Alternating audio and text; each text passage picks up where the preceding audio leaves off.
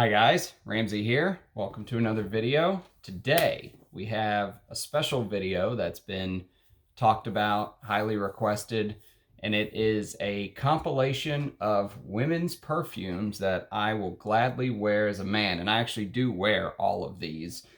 These are not just collector's pieces. I actually wear them and enjoy them and love them. But first, I want to share my scent of the day, which is Frederic Malle the Dawn, and it's the first time I've worn this. I got a 10 ml decant because this is very expensive, $1,000 fragrance, and I'm glad I got a decant. I will tell you, I much enjoyed Promise to this, and if I ever did buy a full bottle from this Desert's Gem collection, it would be Promise. The Dawn so far to me in my first wear is a little oudy at the top. You know, it does have that oud feel that runs across it. There's supposedly natural oud in here, but then after about an hour in, it flips to this olibanum incense fragrance that, you know, it's done very well, but there are other incense fragrances I enjoy just as much, and they're not $1,000. So not one of my favorite from Carlos Benaim. I prefer Music for a While, Polo Green, Dunhill Icon, you know, stuff like that. Still a good fragrance, a good olibanum fragrance. If money's not an issue, it's done very well, but that's my scent of the day. Okay, as is tradition, if you've been watching my videos, you will notice that I am very good at forgetting stuff. And so I did that Estee Lauder family portrait, and go figure, I forgot a couple of Tom Ford. So I just thought I'd share them real quick. Nothing crazy. It's just something that I want to get off of the record here, because if you've been watching my videos, it's something I do all the time. I forget stuff. So I guess if you want to catch the whole series, you got to then go to the next video and, you know, get the end of it. So this is Tom Ford Tobacco Vanille. And again, 10 ml decant. When you have a large collection, you don't always need full bottles. This is one of the few sweet fragrances that I actually really like. I did not buy a full bottle because I ended up going for a full bottle of this instead, which is Frank Bachlit's tobacco. This is very heavily inspired by Tobacco Vanille, and I can tell you that I just sprayed it here actually. It's a little bit sweeter. I don't like the fact that it's a little sweeter. Not much. It still holds that, you know, Tobacco Vanille DNA, but to me, Tobacco Vanille is done better. But if price is an issue, this is a good fragrance, this Tobacco by Frank Bachlit. Okay, next is Tobacco Oud, which is another one that I actually really enjoy, and 10 ml decant, and that's the reason I didn't grab these, because they weren't with all the other Tom Fords. And Tobacco Vanille, or Tobacco Oud, I mentioned that there was a Rochas fragrance that I have a 7.5 ml Discovery Atomizer of that very heavily reminds me of this fragrance. PDLN 1, Parfums de la Nuit #1. That's a $1,400 fragrance. Even though Tom Fords are expensive, I like this more.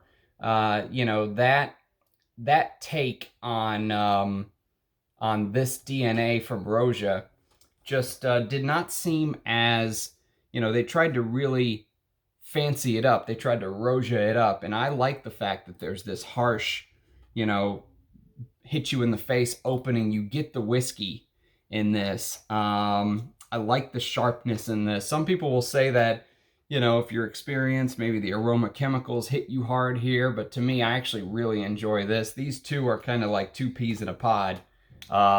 If you like one, you'll probably like the other, and vice versa. But one more Tom Ford, and then we'll move on to the crux of the video, and that's Tom Ford Noir. This is Noir Extreme. This is a male marketed fragrance. Again, 10 ml decant. And there's a release for women that is called Tom Ford Noir. I believe it's Parfum. That if you can't find this, the prices on these have actually gotten pretty high.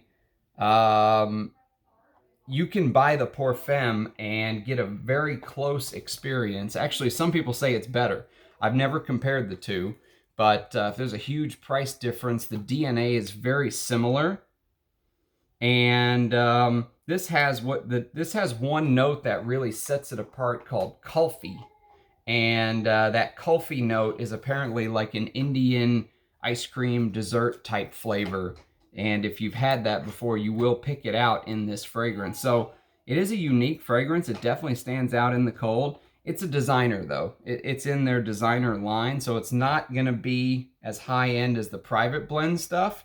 But Tom Ford Noir Extreme, if you are just kind of getting into niche, this is one to check out. So now that I've wasted 5 minutes, let's talk about some of these women fragrances. Before I show off some of the big bottles in collection, I just want to show you a couple things I've kind of picked up over the years. This is Donna by the House of Borsalino, which I'll show off the masculine fragrance I have from them one day. I didn't grab it. But this is basically a huge white floral. It smells like something that my aunt wore when I was a kid. Actually, this is a very familiar DNA. It came out in the 90s. It's very fresh and floral, you know, citrusy. The House of Borsalino was made for their hats. They used to be a famous hat maker. As you can see, she's wearing a beautiful little hat. So this is a little mini that I got with an order from Le Parfumé. And then the next one is a 5 ml decant of Roja Enigma Parfum. Not the, they did like a Parfum cologne version. If you have a girlfriend or a wife that wants something very modern, like to me, Aventus is a very modern take on a masculine. This is a very modern take on a very feminine fragrance. There's rose, heliotrope, lang lang, jasmine, geranium. There's this big peach note here. There's neroli at the top, and then there's this powdery orris in the base, which makes it very, very feminine. This is traditionally feminine, but it's a beautiful fragrance, and it does develop as well. It's expensive. Again, I only have a 5 ml decant, but this is one that I got my nose on. I figured I would share it with you guys. And then next on the list is Trussardi Python. And this is a discontinued fragrance from Trussardi that came out in 1999. I think I showed off the masculine version of this that I have the full bottle of. I love that fragrance for heat. It's a very unique fragrance with fig bark and all kind of strange notes in it. But this is equally interesting because it's compared a little bit to Samsara from Guerlain, which I'll show you here in a little bit. And I can see that comparison, but there's some interesting gourmand type touches in this fragrance. It's very chocolatey, and it's got nutmeg, and it's got a heavy benzoin in the base. It kind of looks like, it almost smells like the fragrance looks right here. Syrupy, sweet, but not too sweet. They did a very good job of kind of balancing it out. So it's feminine, it's floral, but then it has those interesting gourmand touches. I think this affected the fragrance industry more so than, you know, people give this credit for. I think this was a big hit amongst perfumers and perfume enthusiasts. Even though it might not have sold very well and got discontinued, I think this was a very important fragrance. And then the next couple I just wanted to show off. There's this fragrance called Tu Casanova, which J. Casanova is a brand that was owned by a parent company in Jeddah, Saudi Arabia. And I showed you J. Casanova Pour and it's a green incense. This is a feminine targeted fragrance. It's not even on Fragrantica. It is on, I think it's Parfumo or Parfumo, one of the newer ones that I'm starting to see more and more people use. But this is unbelievable. It's so green. It looks exactly like the bottle would tell you it would smell like. You know, it smells like a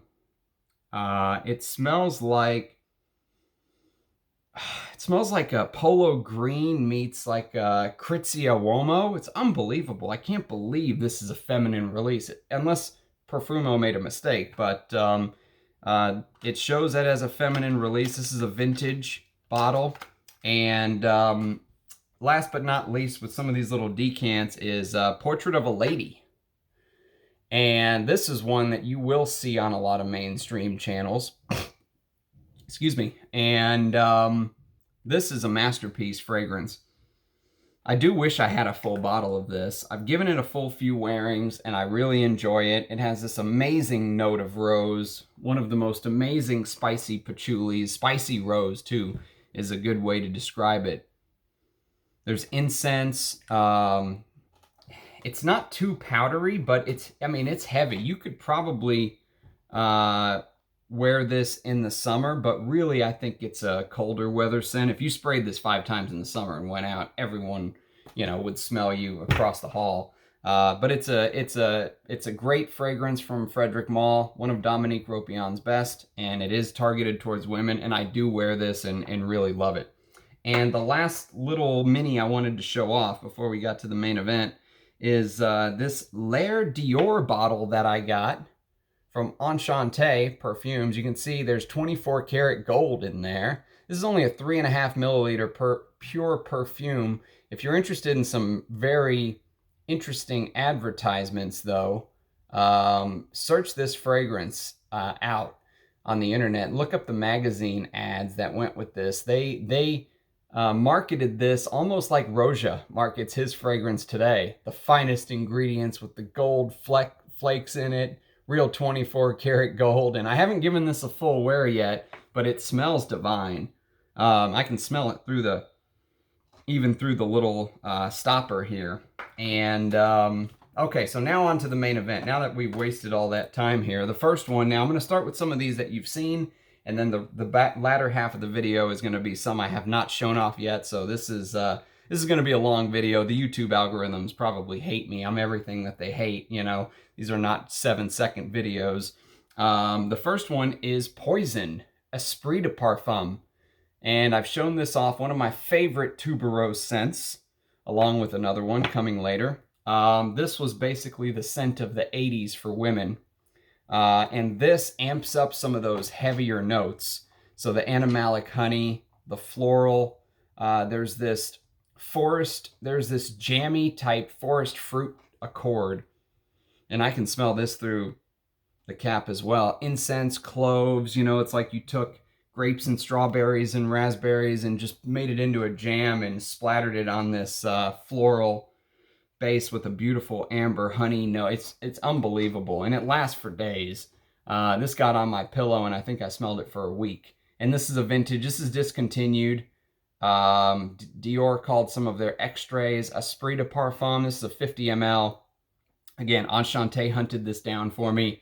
This is some of the stuff that they're selling to women nowadays. They would be much better off trying to go back in time and wear some of this instead of, some of the crap that houses like Dior are pumping out in the mainstream line. So, Poison, Esprit de Parfum. The smell of the 80s for women, and I will wear this, but I'm just very cautious where I wear that one. Next is another vintage, and you can tell by the cap, and this is Fate Woman. This is a chiffre, and I was coached how to say that, by the way, by one of my subscribers, so I'm working on it. I'll get it right eventually, but this is a chiffre. And Luca Turin gave this 5 stars, I'm pretty sure. Look at the bottle. It's absolutely gorgeous. It's not a magnetic cap. The caps after this were reformulated into the magnetic caps, but this is just a regular click-on cap. And this is Amouage's take on Opium for Women, which is coming next. It's very smoky. It's a little more smoky than Opium, and it has this red chili pepper type accord. But the incense in this, it's like Opium with Amouage's signature amped up incense and the castoreum amped up, especially in this vintage version. I have a modern tester or a modern 2 ml little trial decant, and I can tell you that this is a little bit more dirty. I like this more, surprise, surprise, in the vintage formulation, and this is a made in Oman bottle. So if you can find the Fate Woman in the vintage formulation, do pick it up. It's one of Amouage's best fragrance. The only women's fragrance I actually have a full bottle of, believe it or not. So that's Fate Woman. Okay, next. Next is one of the greatest chiffres of all time. You probably know what's coming. It's Mitsouku. And this is in the Eau de Parfum. I like the fact that this is a little bit heavier, believe it or not. It's a perfect chiffre. I mean, it's a fruity chiffre because it has that peach note, and you can make a chiffre into basically any, you know, you can do leather chiffres, you can do floral chiffres. This is a fruity chiffre because of the that peach note, which really made it stand out amongst its peers at the time. I watched an interview with Pierre Bourdon, one of my favorite perfumers, and he basically said that this was a copy of a Coty fragrance, which he says this is his favorite fragrance of all time. But it's interesting that he says that it was basically a copy. Everything is a little bit of a copy, a take on something else. But this is one of the best value for monies you can buy. Value for money for this is through the roof. I think I paid $45 for this. It doesn't have a cap, but so what? And it is just, if you're a chiffre lover, this is a must-have. And I actually have the Eau de Cologne. This is one you guys have not seen yet. I have the Eau de Cologne watch face. I think they call it the watch face bottle. This is a 1960s bottle, I believe. And as you can see right there, this is... the citruses are amped up. It's an Eau de Cologne, but what's interesting is it doesn't act like an Eau de Cologne. I've worn this before, and it does really last on the skin, even though it feels like it has this thin veneer on your skin. Jacques Guerlain did a masterful job of creating Mitsouku, and I wish I could find an old Extrait that I didn't have to fork over a kidney to own, but I am very glad to own this this Eau de Cologne. And I got it for a pretty good price too. So you can find deals like this floating around if you're a vintage hunter. You just have to be patient and kind of bide your time. Okay, next we're gonna go back in time, and I'm gonna show you guys a fragrance that basically started it all for modern perfumery, and that is Jicky, which I think I showed this off before. This is marketed towards women.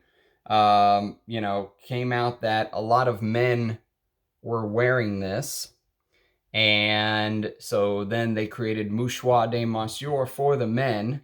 But this is one of the first fragrances to use modern aroma chemicals. I believe it came out in 1889. This is the Eau de Parfum, and as you can see, what's going on? I wonder if the light is making it hard for you guys to see. Sorry about that. This is the modern Eau de Parfum. You'll have to take my word for it, I guess. And it comes with this beautiful cap. It's a tester, but again, you've got to kind of get it where you can get it. And this is one of the best fougères really ever created. I prefer wearing Mouchoir de Monsieur. It's a little bit more masculine. But the lavender in this, the rosemary, you know, the vanilla. No one does vanilla like Guerlain. And this does have a civet note to it. This is not a vintage formula, so it's not as amped up, but I still wouldn't wear this in the high heat of summer. Okay, next is one of my favorite fragrances of all time. And this is Shalimar. This is the Parfum de Toilette. This is a vintage. But if you can find the Parfum de Toilette, which is basically what they called Eau de Parfum in the 1980s, you know, they were still kind of working things out back then.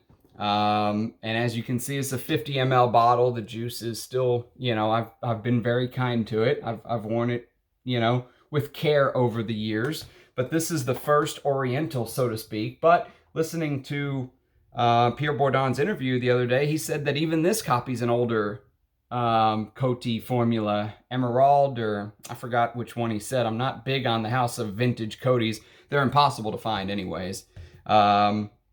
at least for an average Joe, he said he got to smell a real bottle that's never been unsealed. So, but you know, he's one of the greatest perfumers of all time. I also have the Extrait, which comes in this beautiful little pouch, and this is a 7.5 ml, I believe. You don't need very much, or 9 ml when you're talking about the Extrait, but this is more floral. But Shalimar is one of my favorite women fragrances to wear. I love the bergamot and the vanilla and the castoreum and the incense. It's just and the, you know, the citrus at the top. It's I love that fragrance. And there's a take on Shalimar coming later on that I discovered recently that absolutely blew me away. I've talked about it before, but I want to get all of these women fragrances into one video. Just in case people haven't watched the previous video and they're here just for, you know, the women's fragrances. Even though I've talked about some of these, I want to put them all in one video. So I'm trying to hurry, but as you can see, I'm not very good at it. Okay, next is L'Or Bleu. And this is a refill, a recharge, basically. And again, it doesn't look like a beautiful bottle, but so what? It's the Eau de Parfum. It's a modern formulation. This came out in 1912, so even before Mitsouko. The Blue Hour, right before World War I hit, and you could tell it has this very contemplative mood about it.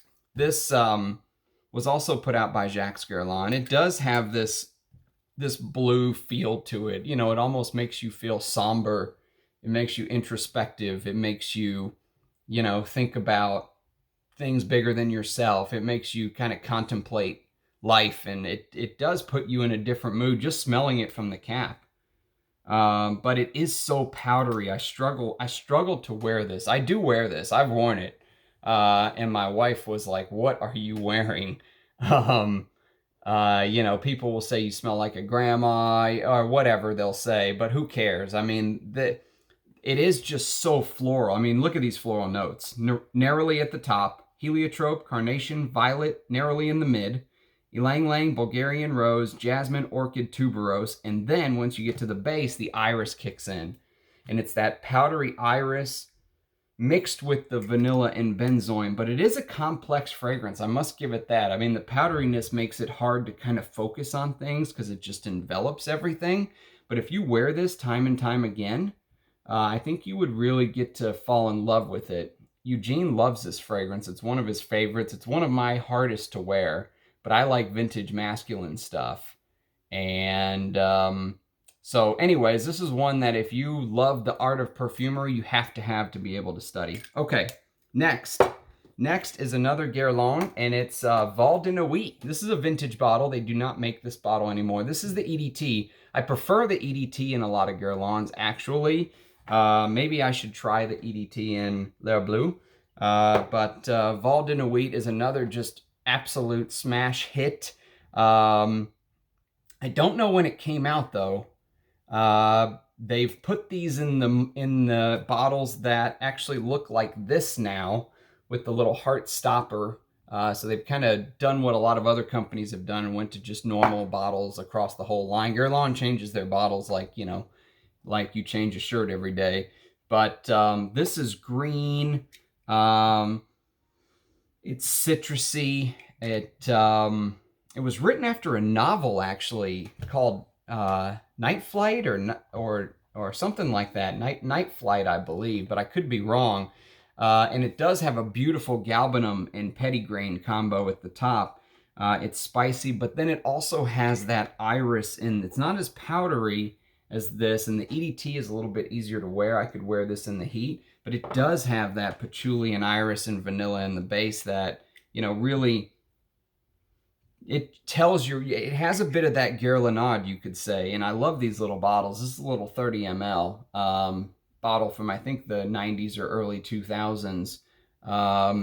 And I don't know if you guys can see the batch code on it. For some reason, the light's terrible today.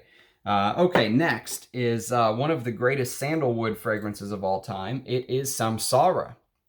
And this is the Eau de Parfum. I've shown this bottle off before. This is a vintage. You can tell by the, you know, gold cap here, and you can tell by the the 5-digit batch code, which you can't see right there because it's not there. But basically, long story short, is I bought this fragrance because of the fact that it was supposed to have real Mysore sandalwood in it. You can't find fragrances with real Mysore sandalwood anymore. It's heavily regulated by the Indian government. There's something in this that I struggle to wear. It's beautiful and I love it.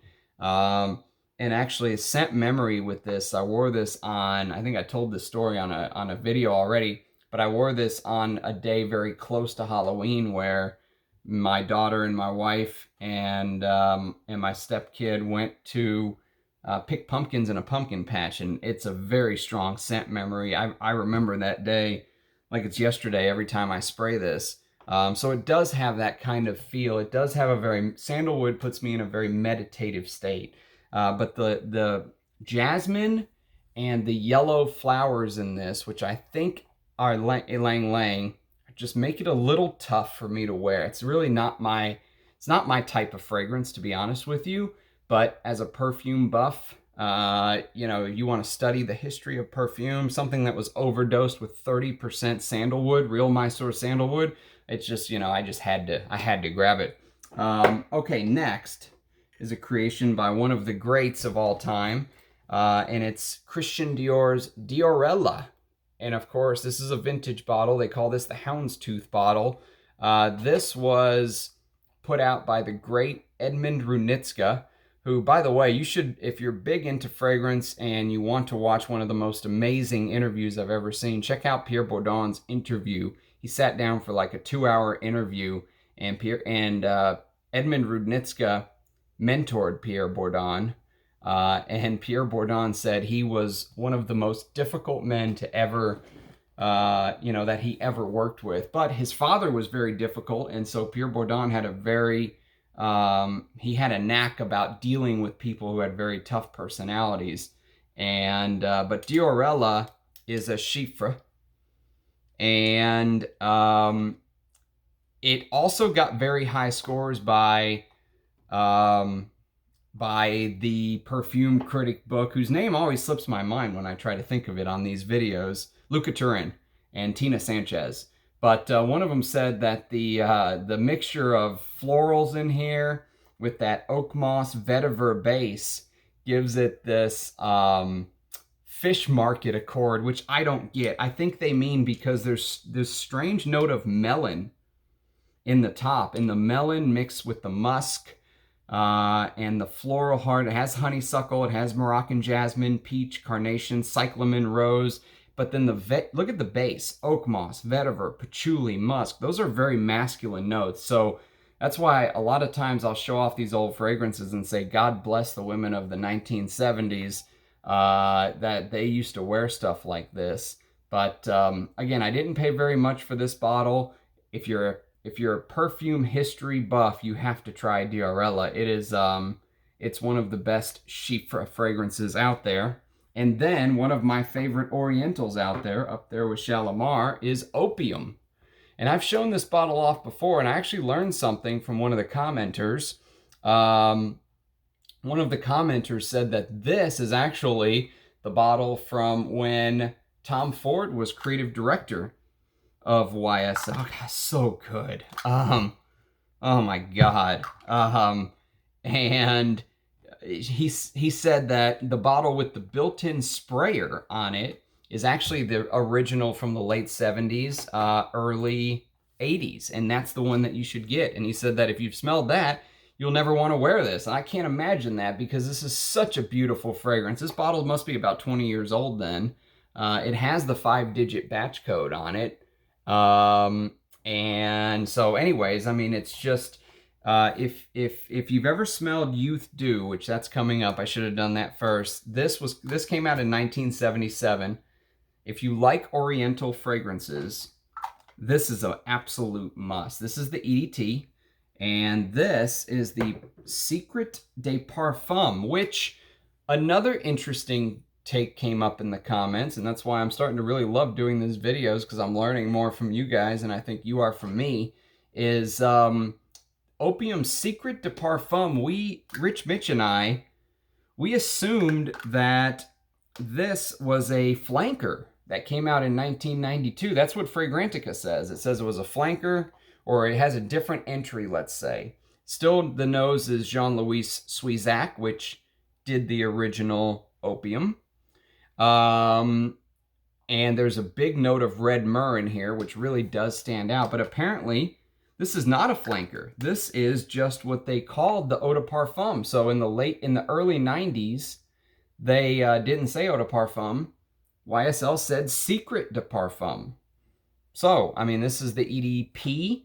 This is the EDT, if that's true. And I love them both, to be honest with you. I think just because I'm such a lover of vintage fragrances, I think I like the EDT just a little bit more. But the Secret de Parfum, if it's just the EDP version, it feels like they really amped the myrrh up to me, to my nose. Maybe I'm being tricked by, you know, Fragrantica having red myrrh in the mid and a Papanax in the base, which is basically sweet myrrh. That's what a Papanax is. And this is the father of Opium, and it's a fragrance called Youth Dew. And Youth Dew came out in the 1950s. It actually came out in 1953 from Estee Lauder. And this is, Opium is heavily inspired by Youth Dew. I think I still prefer Opium a little bit more, and I never was able to put my hand on it. It's a little richer smelling to me. There is a little bit of freshness to this in the top, whereas it feels like Opium just goes straight to those resins, you know, straight to the base. And I noticed that Fragrantica has a note of lavender and aldehydes in the top of this. And that may be what is the opening of this is a little lighter because of those aldehydes and narcissus and lavender, I think. But the base is amazing. Incense, Tolu balsam, Peru balsam, patchouli, oak moss, amber, vetiver, vanilla, musk. There's even a cassia note, which is the leaves from blackcurrant plants. And it gives off this interesting little pissy type of chord. But I love Youth Dew, but I love this fragrance even more.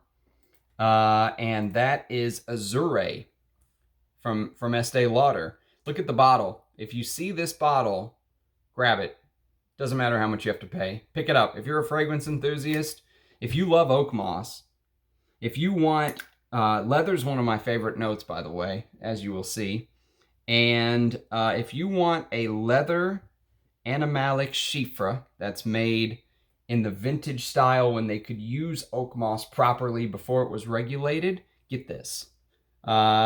This and the original Aramis for Men from 1966, who were both made by Bernard Chant, by the way, are just icons of this type. But this blows me away. Every time I wear it, the oak moss just...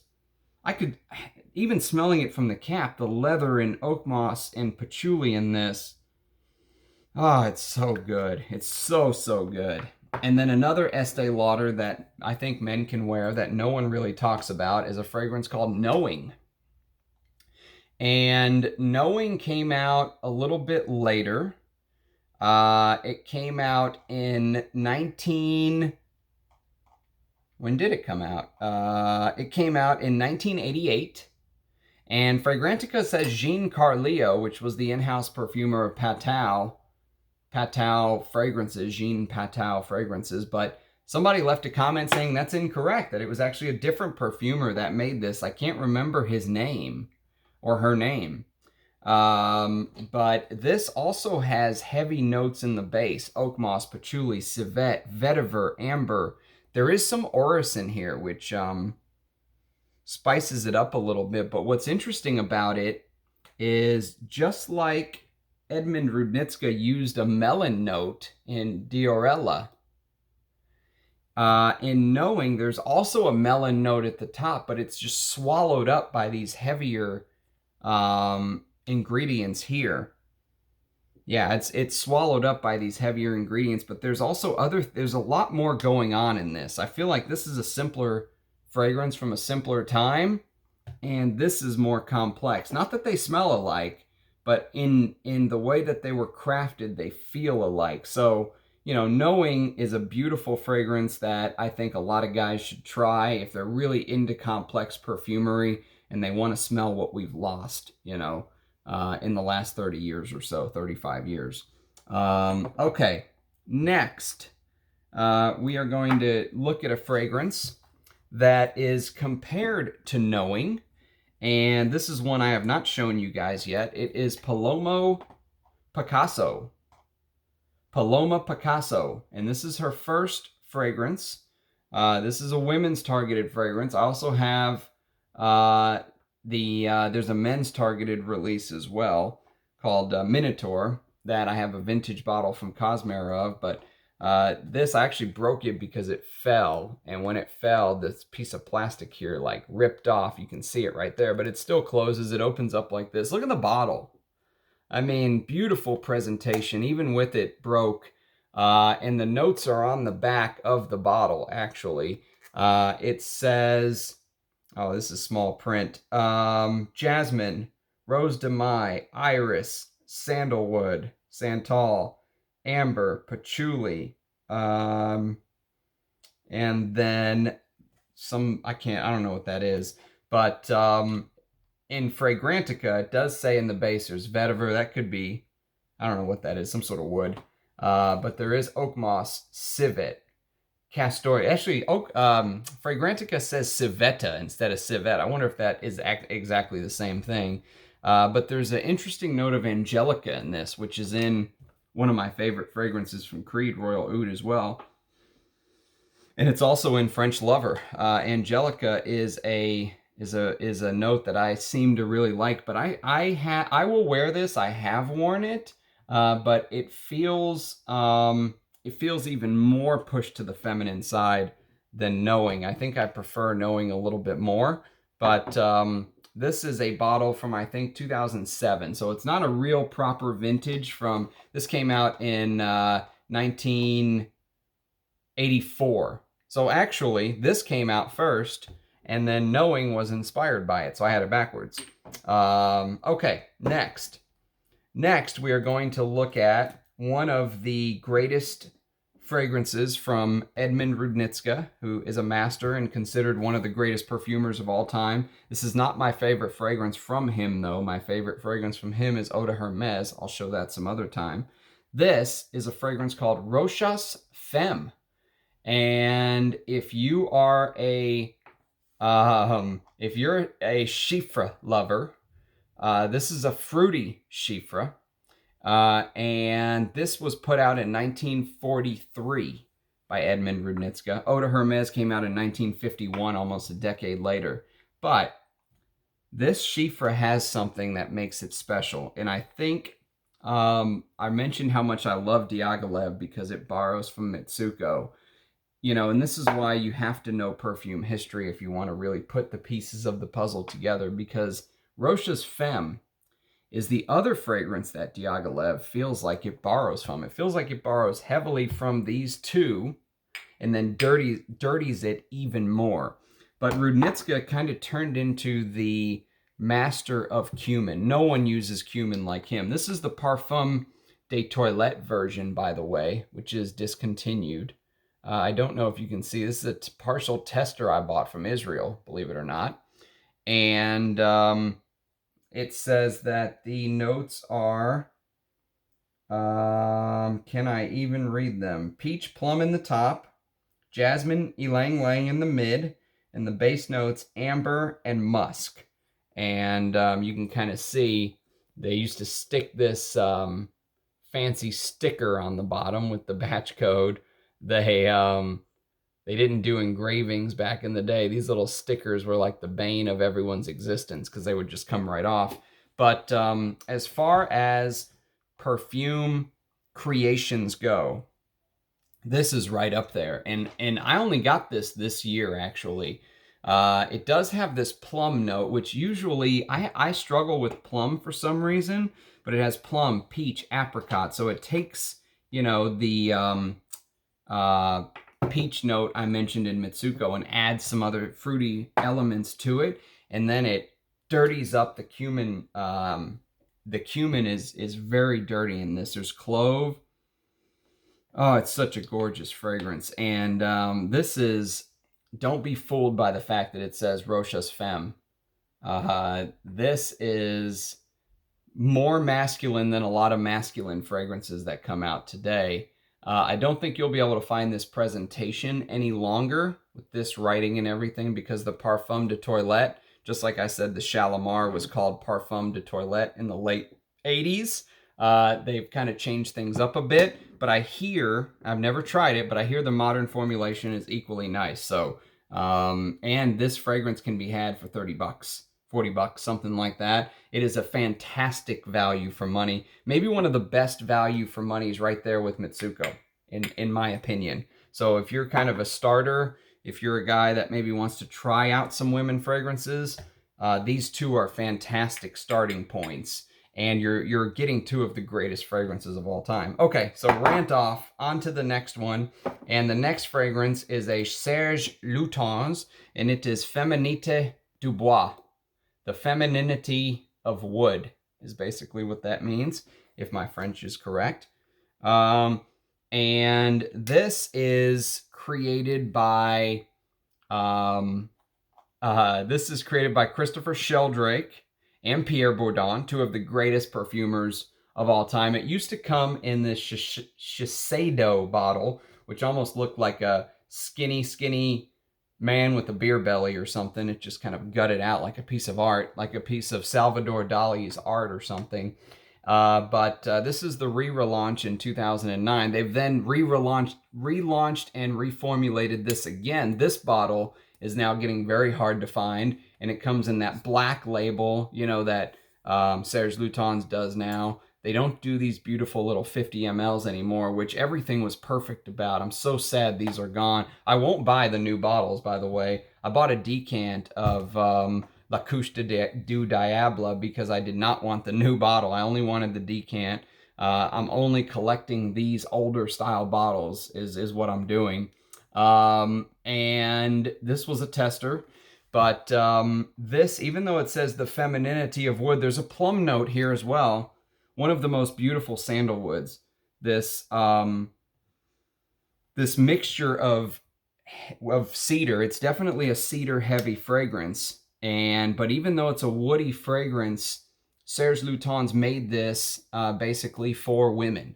And he had a hard time conveying that yes, he wants it to be a women's targeted fragrance, but he also wants it to be a woody fragrances, because men wore woody fragrances, not women. And so now I think this will say unisex, but the original release was towards women, so I'm including it in the list. And then next is another all-time great fragrance. I have a vintage bottle. The newer bottle looks different and has the engraving of the women on it, and it's Habanita. Molinard's Habanita. Actually, my favorite fragrance from the house of Molinard. This is just a little, I think 25 or 30 ml bottle. You can see it's not as fancy or flashy as some of the older style bottles that you can see on the website. They just celebrated their 100-year anniversary, by the way, and they did a red bottle. It's beautiful, but I'm happy to have this little 25 ml. You don't need a lot of juice all the time when you have a big fragrance. This came out in 1921, and apparently this was supposed to scent the women would dip their cigarettes in it, or dip the, they would dip the unlit cigarette in it and then burn it, and the cigarette would give off this accord. I don't really understand how this worked back then, but they turned it into a fragrance. And it does have this tobacco feel. It is called Habanita, but more than anything, it has this ambery feel. It's a great amber scent. It has a note of raspberry in it. I think the main floral that I pick up is heliotrope. Heliotrope is a big floral, by the way. If you see heliotrope in a fragrance, if it's not used carefully, it will override things. But there's this leather in the base. even though tobacco is not a note, it does feel like after 20 or 30 minutes, it really starts to come on. It changes in the first 20 or 30 minutes when you wear this. But as a guy, I mean, if you're out there wearing Grand Soir, try something like this. You know, this is a 100-year-old fragrance, and it's you know, for something to study, for something a little bit more interesting, for something to stand out. Don't be scared to wear these type of fragrances as a guy. Okay, next, now we're on to the ones you guys haven't seen, which a couple of them now have been, but I don't think you've seen any of the ones. Well, yes, you have. What am I talking about? Next is one you haven't seen, and it's a fragrance called Must de Cartier. I actually have the box this time. I hardly ever have the box. I throw them in the attic. As you can see, there's only 2 ingredients listed. This is a vintage. There is ethylic alcohol and fragrance, and that's it. That's what it should be. Oh, you want to know the ingredients? Well, it's fragrance. And the reason it's in the box is because this bottle can't stand up on its own. It's one of these weird refill bottles, but who cares? This is the Parfum. This is the most concentrated version of Must de Cartier. And this is also another one of those, just beautifully complex. It came out in 1981, which was a fantastic year for fragrance. It might have came out the same year as Santos de Cartier. That might have been 1980. I'm getting my dates all mixed up now. But 1981, there's so many good releases that year. Antaeus, maybe even Koros. Some of my favorite fragrances of all time came out that year. This is a complex fragrance. It's also green. Green fragrances were in for women in the 70s, and this is early 80s, so that trend was still continuing. Oh, it's so interesting.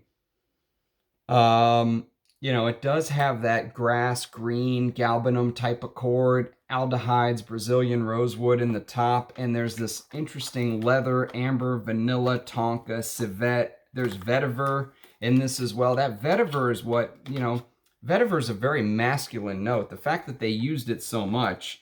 Anyways, I'm very glad to have this. I've tried it a couple times. I haven't given it a full wear. I haven't given it a full wear yet where this is all I've worn, but I've worn it to bed a couple times and it is absolutely gorgeous. I don't have very much, so I'm kind of taking care of it. Another one that I don't have very much of that you have seen before, but really knocked me off course when I smelled it. I loved it. Picked it up from Enchante, is Joy. This is Joy Parfum. It came out in 1930. Henry Almarez was the perfumer. And most heavy white floral fragrances I struggle with. But this one is a little bit unique. It reminded me of Amouage Gold Man, which I really love. And this is so decadent. It's so rich. I mean, this is only a 7.5 ml, you know, recharge. But just the experience of wearing this. Persolet said, when you wear this, the flowers feel like you're touching a carpet that just goes on and on and on. The bumps in the carpet, you know, your fingers go through it. It's a great description, actually. The rose in this, the sandalwood, the tuberose. This is probably the best tuberose fragrance I've ever smelled, right up there with Poison. These two. If you love tuberose, check these out if you're a man. And you're interested in the tuberose note, but this is amazing. And I wear Gold Man. I have a full bottle. I love it, and I would wear this as well. I'm gonna cherish it because it's so rare. But you know, the Parfum, and this is a vintage. I don't think it's super old though. It only has 3 notes listed, as you can see. So it's old enough that they copyright 1999. It says right there. So it's probably 20 years old or so, but very happy to have this. That's one to definitely put on your list. And then one of the most beast mode leather women fragrances of all time. This is Bandit or Bandit by Robert Piguet, and this is the discontinued EDT, as you can see. Apparently it came in a clear bottle before this even. In the 1960s. This came out in 1944. This is a butch leather. Germaine Cellier was the perfumer. She did a bang-up job on this. Something interesting about this that I noticed, I'll do a comparison video, but when I wore Promise yesterday, the base of Promise, so not the first 3, 4, 5, 6, maybe even 6 hours, not the first 3, 4, 5, 6 hours, somewhere in there, probably about hour 4 or 5, it flips. And Promise is like 2 different fragrances to me. And the base really reminded me of Bandit. And so I put it on last night because I wore Promise as my scent of the day yesterday, and it was just so strong. And Promise is one of the strongest fragrances you've ever smelled. This, people will smell you from space. It is serious leather butch. Actually, if you go read the Fragrantica comments, it's hilarious because this is a women's targeted fragrance. That's this animalic, you know. It does have galbanum and artemisia. It's a little green, but it has this civet leather castoreum. And I think those three, the use of those animalics, the castoreum accord, kind of created the leather base because, you know, leather is not a essential oil that they can just extract. They need to create the leather note. And so I think in Promise, they use a similar synthetic castoreum. But if you like animalics and heavy leathers, if you end up getting something like this and you love it, check out Bandit. It is, I absolutely love this fragrance. You know, it scares some people away because it's so butch. And it has this note of myrrh, this resinous myrrh, which I just love. I mean, I can smell it through the bottle. It's unbelievable. For a leather lover, this has to be on the list. And then, and inspired by fragrance, is a fragrance called Cabochard by Parfums Great. And Parfums Grace put out Cabochard a few years after Bandit, actually 15 years after, I believe, 1959. And the nose here is Bernard Chant. Again, the same nose as in Azure, which I love. And so this came out first, then Azure came out after Cabochard. But this is a vintage bottle. This is before Parfums Grace was purchased by whatever big brand bought them. But the bottle is gorgeous. Look at that. Look at the beautiful bow built into the bottle. You know, just a gorgeous presentation. And this is very similar to Bandit, but it's a little bit more touched up, if you will. Bandit is pure butch, in your face, bam. You know, take it or leave it, or get the hell out of my way. This still has that get the hell out of my way, but maybe they'll be nice to you for a little bit first. It adds this note of tobacco, which, you know, rounds things out a little bit more. I love the note of tobacco. It's still strong, but it's not as beast mode. So if you like Bandit, but you just don't want something that's just full on in your face, try this. Another women's marketed fragrance I love to wear. And then this is a revelation. I'm so glad to have found this. I saw the prices on eBay recently and almost just fell over from a heart attack. But this is a fragrance called Bala Versailles from Jean Pateau. And this was Michael Jackson's signature scent. So this opens up like this. Look at this presentation. And this is the flacon. This is Bala Versailles. And I think this is maybe a painting in the ballroom in Versailles on the ceiling is where they took this from, I believe. But this is pure animalic amber love. Again, marketed towards women. It was Michael Jackson's signature scent, apparently.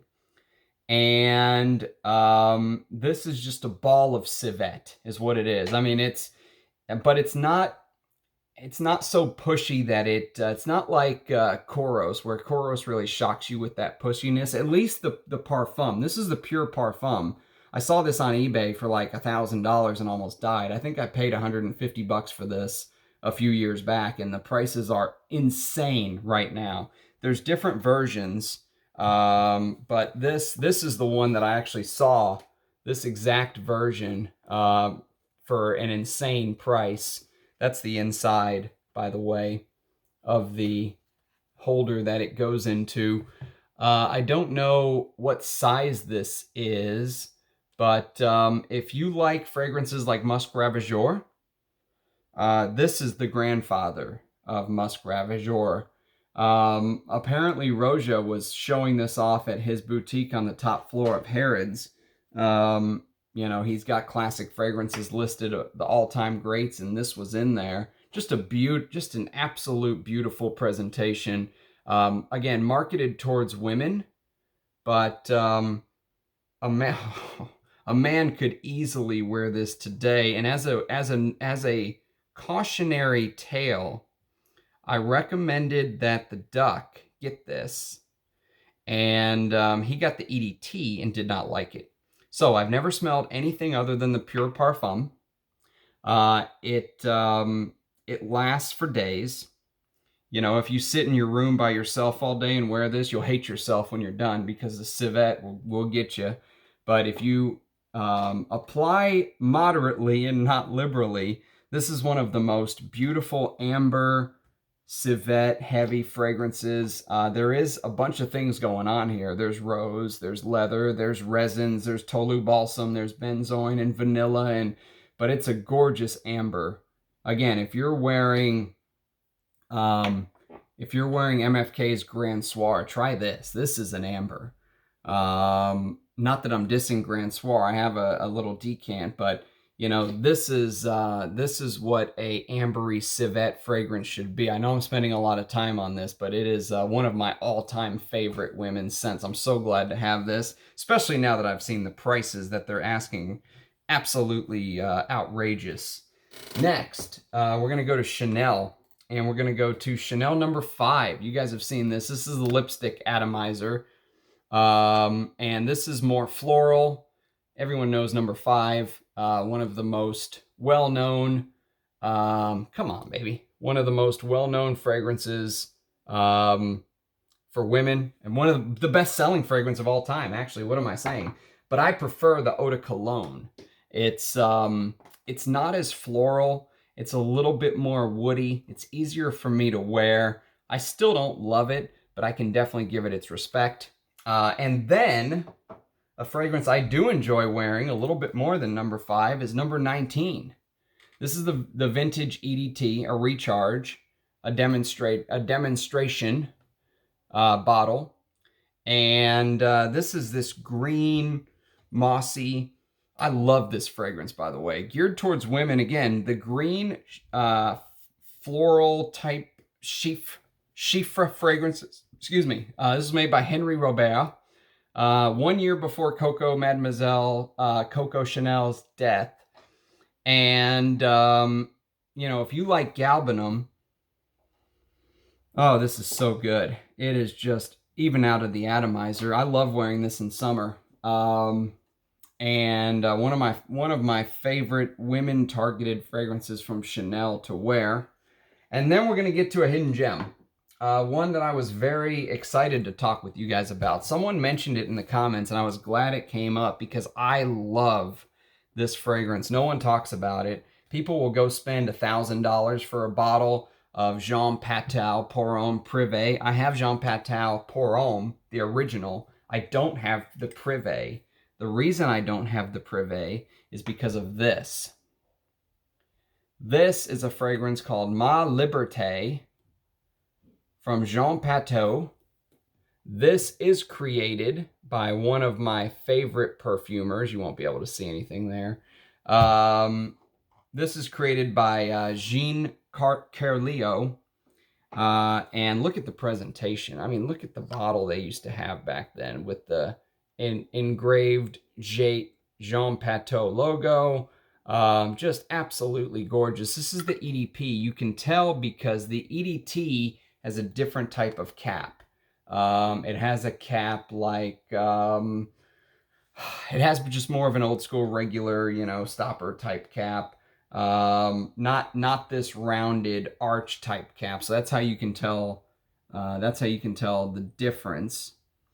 And this is a very interesting fragrance. The reason that Jean Carlio was so famous among collectors is he used two ingredients that became banned, and he loved using them, and he used them heavily. Number one was real Mysore sandalwood.